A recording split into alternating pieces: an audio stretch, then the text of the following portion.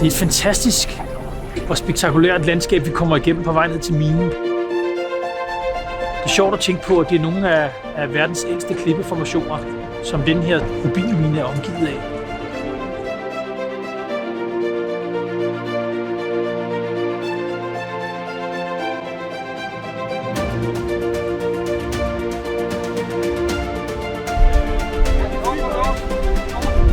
We are ready to blast everybody out of the area. And everybody out!